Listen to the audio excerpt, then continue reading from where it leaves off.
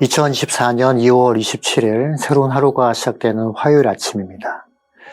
진정한 회개는 하나님의 진노의 심판을 면할 수 있고 또한 성령 충만의 복을 받을 수 있는 그 상태가 됩니다. 오늘 우리에게 준 하나님 말씀은 요엘서 2장 18절에서 32절까지 말씀입니다. 하나님 말씀 같이 보겠습니다. 그때 주님께서 땅이 당한 일로 마음 아파하시고 당신의 백성을 불쌍히 여기셨다. 주님께서 백성에게 대답하셨다. 내가 너에게 곡식과 포도주와 올리브 기름을 주어서 아쉬움이 없도록 하겠다. 다시는 다른 나라가 너희를 조롱거리로 만들지 못하게 하겠다. 북쪽에서 온 메뚜기 군대를 멀리 쫓아버리겠다. 메마르고 황량한 땅으로 몰아내겠다. 전이부대는 사해에 몰아넣고 후이부대는 지중해에 몰아넣겠다. 시체 썩는 냄새, 그 악취가 코를 찌를 것이다. 주님께서 큰 일을 하셨다. 땅아 두려워하지 말아라. 기뻐하고 즐거워하여라. 주님께서 큰 일을 하셨다. 들짐승들아 두려워하지 말아라. 이제 광야에 풀이 무성할 것이다. 나무마다 열매를 맺고 무화과 나무와 포도나무도 저마다 열매를 맺을 것이다. 시온에 사는 사람들아 주 너희 하나님과 더불어 기뻐하고 즐거워하여라. 주님께서 너희를 변호하여 가을비를 내리셨다. 비를 흡족하게 내려주셨으니 옛날처럼 가을비와 봄비를 내려주셨다. 이제 타작 마당에는 곡식이 가득 쌓이고 포도주와 올리브 기름을 짜는 틀마다 포도주와 기름이 넘칠 것이다. 메뚜기와 누리가 썰어먹고 황충과 풀무치가 삼켜버린 그 여러 해의 손해를 내가 너에게 보상해 주겠다. 그 엄청난 메뚜기 군대를 너에게 보내어 공격하게 한 것은 바로 나다. 이제 너희가 마음껏 먹고 배부를 것이다. 너희에게 놀라운 일을 한 주 너희의 하나님의 이름을 너희가 찬양할 것이다. 나의 백성이 다시는 수치를 당하지 않을 것이다. 이스라엘아 이제 너희는 알게 될 것이다. 내가 너희 가운데 있다는 것과 내가 주 너희 하나님이라는 것과 나 말고는 다른 신이 없다는 것을 깨닫게 될 것이다. 나의 백성이 다시는 수치를 당하지 않을 것이다. 그런 다음에 내가 모든 사람에게 나의 영을 부어주겠다. 너희 아들, 딸은 예언을 하고 노인들은 꿈을 꾸고 젊은이들은 환상을 볼 것이다. 그때가 되면 종들에게까지도 남녀를 가리지 않고 나의 영을 부어주겠다. 그날에 내가 하늘과 땅의 징조를 나타내겠다. 피와 불과 연기구름이 나타내고 해가 어두워지고 달이 핏빛같이 붉어질 것이다. 끔찍스럽고 크나큰 주의 날이 오기 전에 그런 날이 먼저 일어날 것이다. 그러나 주의 이름을 불러 구원을 호소하는 사람은 다 구원을 받을 것이다. 시온산 곧 예루살렘 안에는 피하여 살아남는 사람이 있을 것이라고 주님께서 부르신 사람이 살아남아 있을 것이라고 주님께서 말씀하셨다. 어제도 우리가 살펴보신 것처럼 요엘 선지자는 이제라도 주님께 돌아가야 한다라고 외칩니다. 사랑하는 성도 여러분, 문제를 모르기 때문에 문제가 되는 것이지 우리가 그 문제를 직면하고 그 문제를 드러낼 수 있다면 오늘 본문의 말씀에서는 그것을 회개할 수 있다면 이라고 표현할 수 있는데요. 그러면 우리는 회복될 수 있고 또한 어떻게 회복될 수 있는지 오늘 말씀을 통해서 확인할 수 있을 것 같습니다. 18절에서 20절까지 말씀입니다. 그때 주님께서 땅이 당한 일로 마음 아파하시고 당신의 백성을 불쌍히 여기셨다. 주님께서 백성에게 대답하셨다. 내가 너희에게 곡식과 포도주와 올리브 기름을 주어서 아쉬움이 없도록 하겠다. 다시는 다른 나라가 너희를 조롱거리로 만들지 못하게 하겠다. 북쪽에서 온 메뚜기 군대를 멀리 쫓아버리겠다. 메마르고 황량한 땅으로 몰아내겠다. 전이부대는 사해에 몰아넣고 후이부대는 지중해에 몰아넣겠다. 시체 썩는 냄새, 그 악취가 코를 찌를 것이다.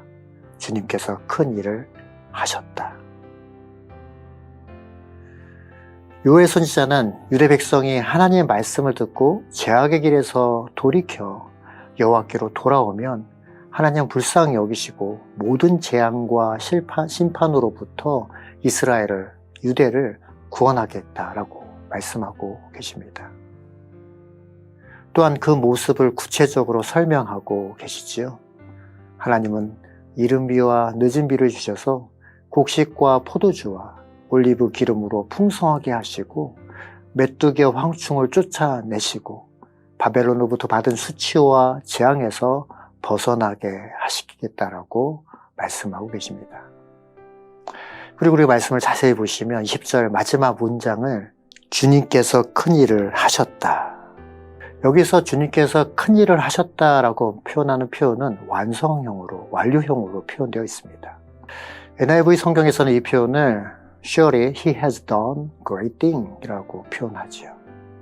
무슨 말인가요? 현재 완료형으로 표현하고 있다는 것입니다. 이 말은 완성되었다라고 말씀하시죠. 사랑하는 성도 여러분, 히브리서 11장 1절 말씀에 보면 이렇게 기록되어 있는데요. 믿음은 바라는 것들의 확신이요 보이지 않는 것들의 증거입니다.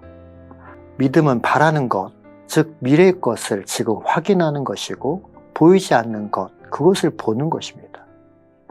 믿음의 눈으로 볼 때 이 회개를 통한 하나님의 회복은 이미 이루어진 상태인 것을 보고 확신하는 것이지요. 이어서 요엘은 재앙을 선포할 때 그 대상을 구체적으로 부르는 것으로 반복해서 이야기한 것처럼 여기에서도 오늘 본문의 말씀을 보시면 21절에 땅아, 22절에 짐승들아, 그리고 이어서 23절에 시온에 사는 사람들아 라고 지명을 구체적으로 부릅니다. 이렇게 구체적으로 부르는 이유는 그 대상을 어떻게 회복할지 확신하고 들으라고 말씀하시는 겁니다. 구체적으로 그 대상을 회복시키겠다라고 하시는 그런 선포의 말씀인 것이죠. 사랑하는 성도 여러분, 성경에서 하나님은 구체적으로 사람의 이름을 부르시죠. 모세야, 베드로야, 삭개오야 이렇게 부르십니다. 오늘 이 아침에도 동일하게 저와 여러분을 향해서 부르시는 하나님의 음성을 듣는 우리 모두가 되길 예수 그리스도의 이름으로 축원합니다. 이제 모든 재앙과 상처는 회복되어집니다. 26절 말씀에 보면 이렇게 표현되어 있는데요. 이제 너희가 마음껏 먹고 배부를 것이다.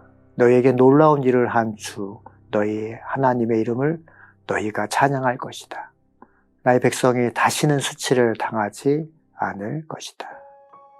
사랑하는 성도 여러분, 칠흑 같은 어두움이고 사면초가의 상황일 때, 그래서 모든 것이 무너진 것 같을 때에도 하나님만 전적으로 의지한다면 회복의 소망은 그곳에부터 시작되는 것입니다. 여기서 중요한 이야기는 전적으로 하나님만 의지하는 것입니다. 그리고 하나님만 의지할 수밖에 없는 상황은 그래서 오히려 복이 되는 것이죠. 이제 오늘 본문의 말씀 속에서 요엘 선지자는 회개하고 돌아오는 자들에게 하나님께서 하나님의 영, 성령을 부어주실 것을 예언하고 계시는데요. 우리가 잘 알고 있는 것처럼 구약 시대에는 왕이나 선지자 같은 특별히 택함을 받은 자들에게 성령이 임하셨습니다. 그러나 오늘 본문의 말씀에서는 다르게 표현되어 있지요. 28절, 29절 말씀을 다시 한번 보겠습니다. 그런 다음에 내가 모든 사람에게 나의 영을 부어 주겠다. 너희 아들, 딸은 예언을 하고 노인들은 꿈을 꾸고 젊은이들은 환상을 볼 것이다. 그때가 되면 종들에게까지도 남녀를 가리지 않고 나의 영을 부어 주겠다. 오늘 본문 말씀을 통해 하나님께서는 모든 사람에게 나의 영을 부어 주겠다라고 하시죠. 회개하고 돌아오는 모든 사람에게 약속해 주십니다. 여기에서 구체적으로 너희의 아들, 딸은 예언을 하고 노인들은 꿈을 꾸며 젊은이들은 환상을 볼 것이라고 말씀하시죠. 예전에도 한번 말씀드린 것 같습니다. 어리다는 말과 어리석다는 말은 같은 어근을 가지고 있죠. 이 말은 어린 것은 어리석은 것입니다. 그런데 말입니다. 오늘 하나님의 영 성령이 임하면 너희 어린 너희 딸과 아들이 예언을 한다고 말하죠. 하나님의 말씀을 깨닫게 되고 이 어리석고 어린 아이들이 교훈과 책망과 바르게 함과 우로 교육하기 유익한 그 말을 하게 된다라고 하십니다. 또한 젊은이들이 환상을 본다는 말은 젊은이들은 현재에 안주하고 먹고 놀고 즐기는 것에 빠져 있는 것이 아니라 하나님의 비전을 가지고 하나님의 나라와 의를 구하고 하나님 나라를 위해 헌신하고 충성되게 될 것이다 라고 말씀하시죠. 그리고 하나님의 영이 임하는 그 노인들은 꿈을 꾸게 된다라고 말합니다. 성령이 임하시면 인생을 허무하게 여길 수도 있는 나이가 많은 노인들이 하나님의 나라를 꿈꾸고 녹슬어 쓸모없는 것이 아니라 소망 가운데 꿈꾸게 될 것이다 라고 말씀하고 계십니다. 여호수아서 14장 12절에 보면 그 대표적인 사람의 표현이 되어 있는데요. 이 말씀도 찾아서 보겠습니다. 이제 주님께서 그날 약속하신 이 산간 지방을 나에게 주십시오. 그때 당신이 들은 대로 과연 거기에는 아낙 사람이 있고 그 성읍은 크고 견고합니다. 그러나 주님께서 나와 함께 하시기만 한다면 주님께서 말씀하신 대로 나는 그들을 쫓아낼 수 있습니다. 이 말씀은 85세가 넘은 갈렙이 아낙 자손 앞에서 떨고 있는 이스라엘 백성 앞에서 여호수아 앞에 나아가며 외치는 말이지요. 이 산지를 내게 주소서. 주님께서 나와 함께 하시기만 한다라면 철병거를 가지고 있고 요새이고 거인 아낙 자손이 있지만 그들을 쫓아낼 수 있다라고 이야기합니다. 이것이 바로 성령이 임한 사람들에게 주시는 담대함인 것입니다. 사랑하는 성도 여러분, 무식하고 제멋대로 살던 예수님의 제자들은 오순절 성령의 임재 속에서 온갖 표적과 기사를 행하며 회개의 복음을 선포할 수 있었습니다. 성령 충만했던 베드로는 그 설교를 통해서 하루에도 3,000명이 넘는 사람들이 회개하고 돌아오는 일에 쓰임받게 되죠.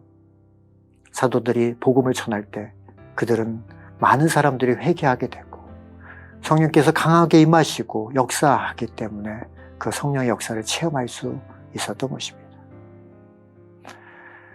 사랑하는 성도 여러분, 하나님은 누구든지 주의 이름을 부르는 자에게 그 구원을 허락하십니다.